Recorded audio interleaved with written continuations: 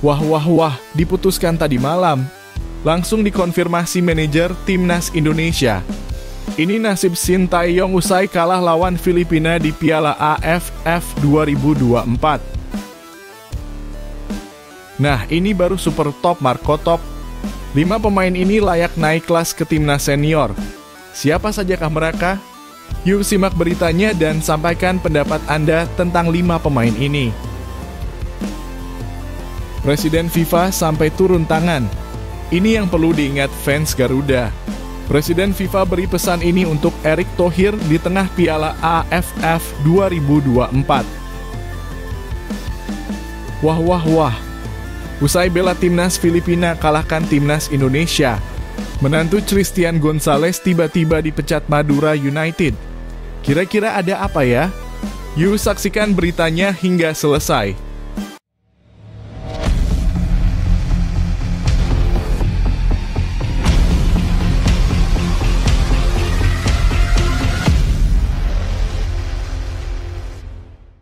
Mohon subscribe channel Timnasku Indonesia agar tidak ketinggalan informasi Timnas Indonesia. Pemain Timnas Indonesia di Piala AFF 2024 layak naik kelas. Piala AFF 2024 mungkin tidak memberikan hasil maksimal bagi Timnas Indonesia. Namun ajang ini membuka mata banyak pihak, termasuk para pecinta sepak bola tanah air, terhadap potensi besar yang dimiliki sejumlah pemain muda.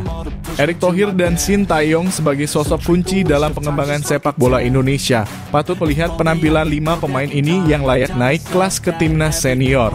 Pertama, Cahya Supriyadi, kiper muda asal Karawang, menunjukkan ketangguhan yang luar biasa di bawah Mistar. Meskipun belum menjadi pilihan utama dalam setiap laga, performanya ketika diberi kesempatan tidak mengecewakan. Refleks cepat dan ketenangan Cahya menjadi aset penting yang harus terus diasah. Tidak berlebihan jika Cahya diusulkan sebagai kiper pelapis bagi Maarten Paes. Keberanian dan kematangannya dalam mengantisipasi serangan lawan menegaskan bahwa Indonesia memiliki masa depan cerah di sektor penjaga gawang. Selanjutnya, Kadek Arel, pemain bertahan berusia 19 tahun yang bermain untuk Bali United, juga tampil menonjol. Bermain penuh dalam setiap pertandingan, Kadek memperlihatkan ketangguhan dan kecerdikan dalam membaca permainan. Meski usianya masih sangat muda, ketenangan Kadek saat menghadapi tekanan lawan layaknya pemain senior. Shin Tae-yong patut mempertimbangkan untuk memberinya lebih banyak jam terbang di level senior. Kombinasi antara kecepatan, ketahanan, dan visi bermain membuat Kadek menjadi pilihan yang tepat untuk memperkuat lini belakang Garuda. Kemudian ada Donitri Pamungkas, kapten Timnas U20 yang tampil impresif sebagai gelandang bertahan. Doni tidak hanya kuat dalam bertahan, tetapi juga memiliki kemampuan membangun serangan yang baik. Meski sempat melakukan kesalahan yang berujung penalti saat melawan Filipina, performa keseluruhannya tetap konsisten dan menunjukkan karakter pemain yang tangguh. Dengan visi bermain yang tajam dan daya tahan fisik yang mumpuni, Doni bisa menjadi alternatif berharga di lini tengah timnas senior. Victor Detahan, pemain muda dari PSM Makassar, mungkin tidak banyak mendapat menit bermain di Piala AFF 2024. Namun dalam waktu singkat yang dimilikinya, Detahan mampu menunjukkan potensi besar sebagai pemain sayap cepat dan eksplosif. Kecepatannya seringkali merepotkan lini belakang lawan, menjadikannya ancaman di sisi kanan penyerangan. Memberi Detahan kesempatan lebih banyak di tim senior dapat memperkaya opsi strategi Shin Tae-yong dalam menghadapi lawan-lawan tangguh. Terakhir, Ahmad Maulana dari Arema FC tampil sebagai pemain yang memberikan kejutan dalam 2 laga terakhir melawan Vietnam dan Filipina. Mobilitas tinggi dan kecerdasannya dalam mencari ruang kosong membuatnya menjadi ancaman konstan bagi pertahanan lawan. Ahmad hampir mencatatkan assist saat melawan Filipina, membuktikan kemampuannya untuk menjadi pengatur serangan dari lini kedua. Perannya yang dinamis menjadikannya layak untuk masuk dalam radar timnas senior. Dengan mempertahankan dan mengembangkan 5 pemain ini, timnas Indonesia dapat memiliki fondasi yang kuat untuk menghadapi turnamen besar di masa depan. Kini saatnya Erick Thohir dan Shin Tae-yong memberi perhatian khusus pada talenta-talenta ini agar potensi mereka tidak terbuang sia-sia. Bagaimana menurutmu? Siapa di antara mereka yang paling layak untuk mendapatkan kesempatan di timnas senior? Yuk bagikan pendapatmu.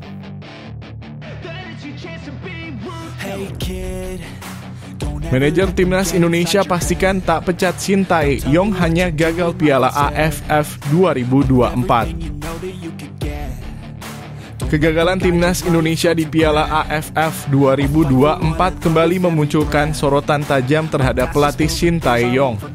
Kekalahan yang membuat tim Garuda gagal melangkah ke semifinal memicu perdebatan di kalangan pecinta sepak bola tanah air. Tagar #Stew mulai menggema di berbagai platform media sosial menuntut agar pelatih asal Korea Selatan tersebut mundur dari jabatannya.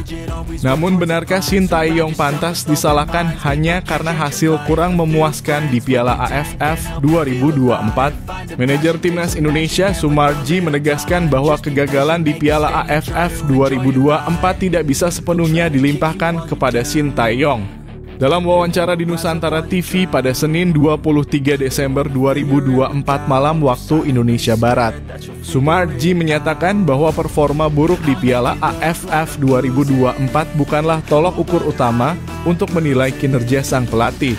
Menurutnya evaluasi yang lebih tepat adalah menunggu hasil dari putaran ketiga kualifikasi Piala Dunia 2026.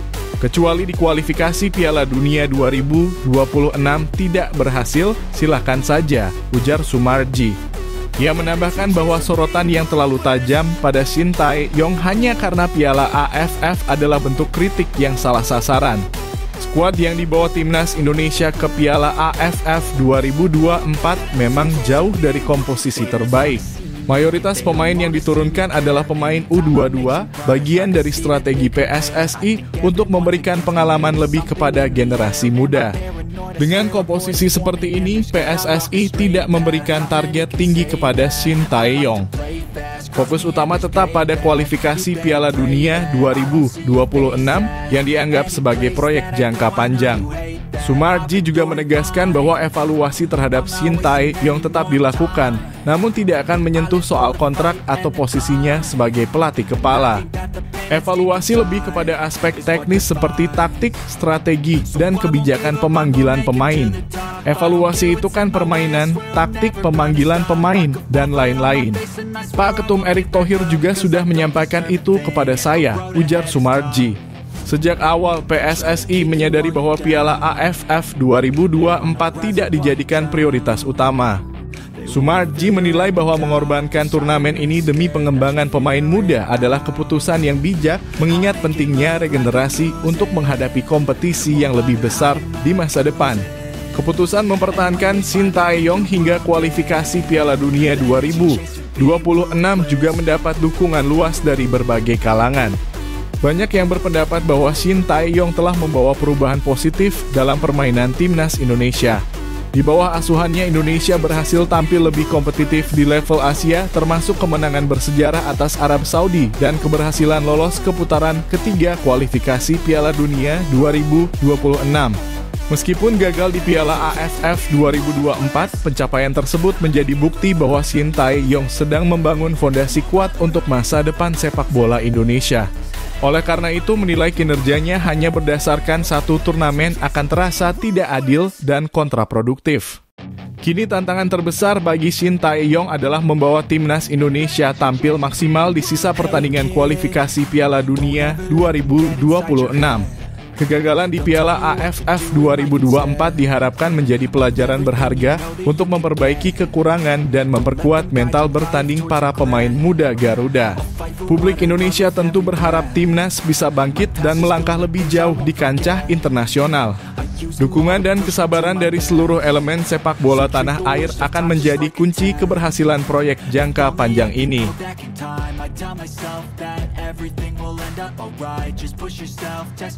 Timnas Indonesia gagal di Piala AFF. Mikael Tata kembali latihan dengan Persebaya.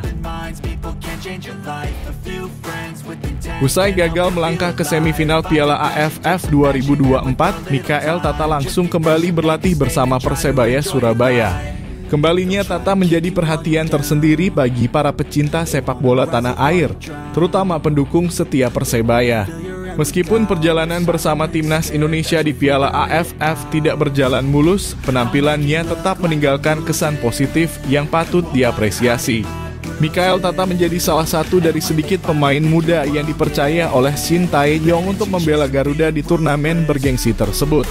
Kesempatan itu datang saat Indonesia menghadapi Vietnam pada matchday ketiga grup B. Tata dipasang sebagai starter dan tampil selama 45 menit di babak pertama.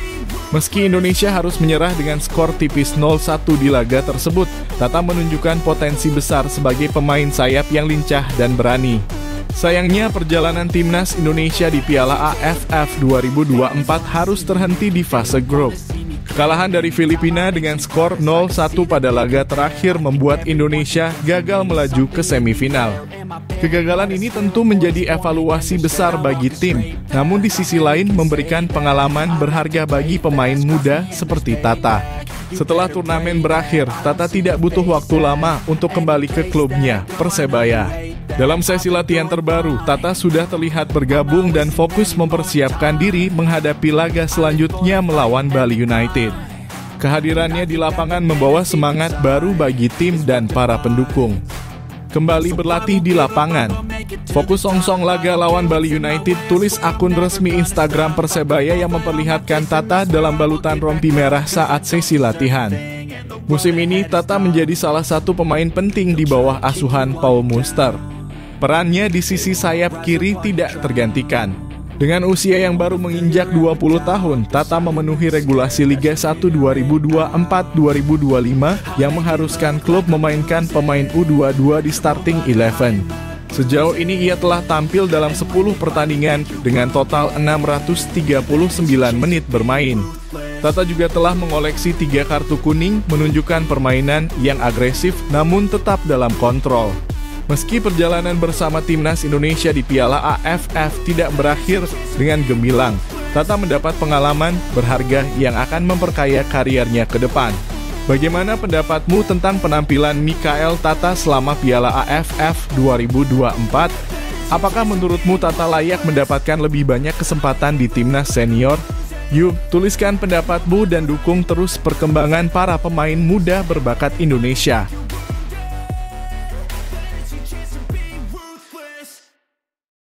Asisten Shin Tae-yong tegaskan timnas Indonesia bakal evaluasi usai gagal di Piala AFF 2024. Timnas Indonesia harus menerima kenyataan pahit usai gagal melangkah ke semifinal Piala AFF 2024. Kekalahan 0-1 dari Filipina di laga terakhir grup B di Stadion Manahan, Solo menjadi penentu nasib skuad Garuda.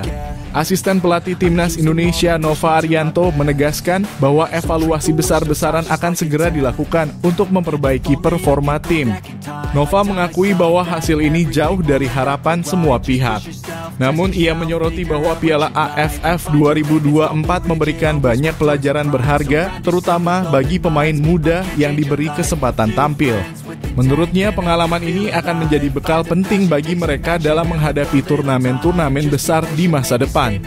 Evaluasi yang direncanakan ini diproyeksikan berlangsung sebelum ronde ketiga kualifikasi Piala Dunia 2026. Tim pelatih menilai bahwa evaluasi menyeluruh sangat diperlukan untuk memastikan kesiapan tim menghadapi lawan-lawan tangguh di kualifikasi nanti. Langkah ini diambil agar kesalahan yang sama tidak terulang dan timnas Indonesia bisa tampil lebih solid. Nova Arianto menegaskan bahwa evaluasi bukan hanya tanggung jawab pelatih, tetapi juga para pemain. Pemain harus bisa merasakan dan menyadari apa yang menjadi kekurangan mereka selama turnamen ini berlangsung.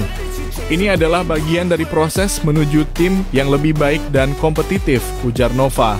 Beberapa sektor yang kemungkinan besar menjadi fokus evaluasi adalah lini pertahanan yang kerap rapuh di momen krusial, serta kurangnya ketajaman lini depan dalam memanfaatkan peluang. Selain itu, aspek mental dan ketahanan fisik para pemain juga akan menjadi sorotan utama. Nova juga mengapresiasi kerja keras seluruh pemain yang telah berjuang di Piala AFF 2024. Meski hasil yang diraih belum memuaskan, Nova berharap para pemain tetap memiliki semangat juang tinggi dan terus berkembang. Kegagalan ini bukan akhir segalanya. Kami percaya ini adalah awal dari perbaikan dan kebangkitan timnas Indonesia di ajang-ajang selanjutnya, tutupnya. Kepada para pencinta sepak bola Indonesia, Nova meminta dukungan dan masukan positif.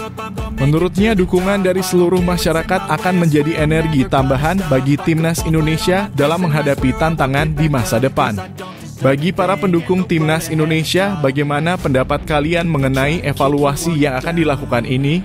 Apakah menurut kalian timnas Indonesia perlu melakukan perubahan besar dalam susunan pemain atau cukup memperbaiki strategi permainan? Mari sampaikan pendapat dan masukan kalian di kolom komentar. Dukungan serta kritik yang membangun sangat berarti bagi kemajuan sepak bola Indonesia.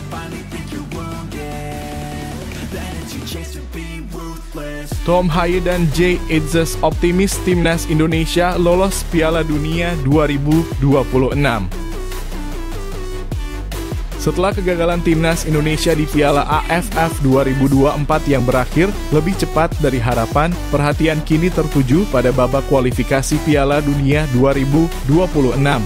Meskipun hasil di Piala AFF mengecewakan, semangat dan optimisme belum pudar di dalam skuad Garuda. Dua pemain kunci, Jay Itzes dan Tom Haye, menegaskan bahwa Indonesia memiliki peluang besar untuk tampil di panggung terbesar sepak bola dunia. Timnas Indonesia gagal melaju ke babak semifinal Piala AFF 2024 setelah takluk 0-1 dari Filipina di laga terakhir fase grup. Hasil tersebut membuat Indonesia finish di posisi ketiga grup B dan harus pulang lebih awal. Namun, para pemain dan staf pelatih langsung mengalihkan fokus ke kualifikasi Piala Dunia 2026 yang akan kembali bergulir pada Maret 2025. Jay Itzes, bek tangguh yang baru saja bergabung dengan timnas Indonesia melalui jalur naturalisasi, menyatakan bahwa tampil di Piala Dunia adalah mimpi besar yang harus diperjuangkan dengan keras. Ini adalah impian terbesar saya. Kami tahu jalan menuju Piala Dunia sangat panjang, tapi saya yakin dengan tim ini, ujar Itzes. Tom Haye, gelandang kreatif yang juga menjadi andalan di lini tengah Indonesia, memiliki keyakinan serupa. Haye menilai Indonesia sedang berada di jalur yang tepat untuk menciptakan sejarah baru. Kami sudah menunjukkan banyak perkembangan. Kuncinya adalah tetap percaya diri dan fokus pada pertandingan-pertandingan berikutnya, kata Haye. Saat ini Indonesia menempati posisi yang cukup menjanjikan di grup C putaran ketiga kualifikasi Piala Dunia 2026 zona Asia. Dengan raihan 6 poin dari beberapa pertandingan awal, peluang Indonesia untuk melangkah lebih jauh tetap terbuka. Laga melawan Australia dan Bahrain yang dijadwalkan pada Maret 2025 akan menjadi penentu nasib Garuda di kualifikasi ini.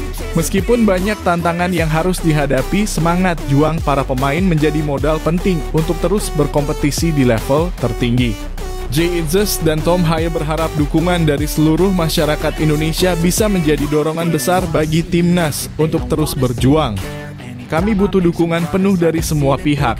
Bersama kita bisa mewujudkan mimpi ini, tambah Haye. Optimisme yang ditunjukkan oleh Itzes dan Haye tentu menjadi angin segar bagi para penggemar sepak bola tanah air. Dengan persiapan yang matang dan semangat pantang menyerah, bukan tidak mungkin Indonesia bisa mencatatkan sejarah dengan lolos ke Piala Dunia 2026. Bagaimana menurut kalian? Apakah timnas Indonesia punya peluang besar untuk lolos ke Piala Dunia 2026? Tulis pendapat kalian di kolom komentar.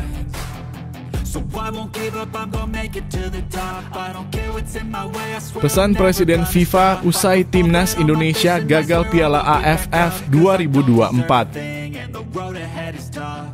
Kegagalan timnas Indonesia di Piala AFF 2024 menjadi pukulan berat bagi pecinta sepak bola tanah air. Skuad Garuda harus tersingkir lebih awal di fase grup setelah kalah tipis 0-1 dari Filipina dalam laga penentuan. Hasil ini membuat Indonesia finish di posisi ketiga grup B, gagal melangkah ke semifinal. Namun di tengah kekecewaan tersebut, pesan dari Presiden FIFA, Gianni Infantino, yang disampaikan melalui Ketua Umum PSSI, Erick Thohir, menjadi harapan baru bagi perkembangan sepak bola Indonesia. Erick Thohir baru saja menghadiri The Best FIFA Football Awards 2024 di Doha, Qatar. Dalam pertemuan tersebut, Erick melaporkan berbagai kemajuan sepak bola Indonesia sepanjang tahun 2024. Infantino menyampaikan apresiasi atas upaya PSSI dan seluruh stakeholder yang terus berupaya melakukan pembenahan. Presiden FIFA mengapresiasi apa yang telah kita lakukan, tapi beliau menegaskan agar kita tidak berhenti di sini. Tahun 2025 harus ada lebih banyak terobosan, ujar Erick Thohir. Pesan ini menjadi pengingat penting, terutama setelah hasil mengecewakan di Piala AFF. Timnas Indonesia yang sempat tampil percaya diri harus menghadapi kenyataan pahit tersingkir lebih cepat. Kekalahan dari Filipina di Stadion Manahan, Solo menjadi catatan penting untuk evaluasi menyeluruh terhadap performa tim. Nova Arianto, asisten pelatih Timnas Indonesia, menegaskan bahwa evaluasi akan terus dilakukan. Ini jadi pembelajaran untuk semua pemain. Evaluasi pasti akan berjalan agar kita bisa lebih baik ke depan, ujar Nova. Di sisi lain, Erick Thohir menyampaikan bahwa Gianni Infantino telah memanggil Sekjen FIFA dan AFC untuk memberikan dukungan lebih kepada Indonesia. Salah satu program yang direncanakan adalah pengembangan liga amatir serta pembenahan regulasi dan statuta. Ini momentum untuk memperbaiki semua lini. Saya yakin Indonesia bisa menjadi contoh bagi negara lain dalam hal pengembangan sepak bola, tambah Erick. Pesan dari Presiden FIFA ini seakan menjadi motivasi baru bagi Timnas Indonesia untuk bangkit. Meskipun Piala AFF berakhir dengan kegagalan, perjalanan menuju kualifikasi Piala Dunia 2026 masih panjang dan penuh peluang. Dengan dukungan dari FIFA, AFC, dan seluruh masyarakat Indonesia, harapan untuk melihat Timnas Garuda tampil di ajang Piala Dunia bisa menjadi kenyataan. Kini bola ada di tangan para pemain dan pelatih. Bagaimana mereka merespons kegagalan ini akan menentukan langkah ke depan. Bagaimana menurut kalian? Apakah Timnas Indonesia bisa bangkit dan meraih sukses di kualifikasi Piala Dunia 2026? Tulis pendapat kalian di kolom komentar.